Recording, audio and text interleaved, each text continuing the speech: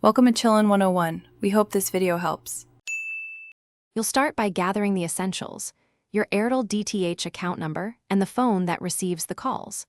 Once done, open your call log and SMS to note the exact caller ID and timing patterns so you can report precise details.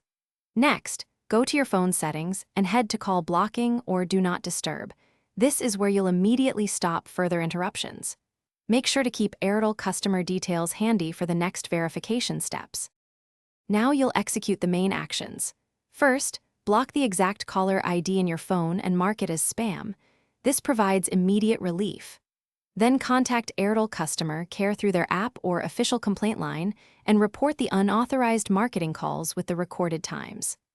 Next, use the Do Not Disturb opt-out by sending stop or registering /confirming D&D status through your telecom provider. This adds a regulatory layer to prevent future calls.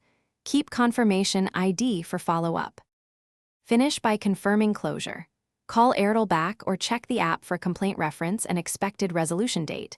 This ensures the issue is tracked. If calls persist beyond the promised time, escalate to try grievance portal or file a consumer complaint with documented evidence. Make sure to save call logs, SMS timestamps, and all complaint ID. These will be crucial if you need to prove persistent harassment or seek enforcement. Quick tip: reboot your phone and recheck block settings if you still get a stray call. Thanks for watching.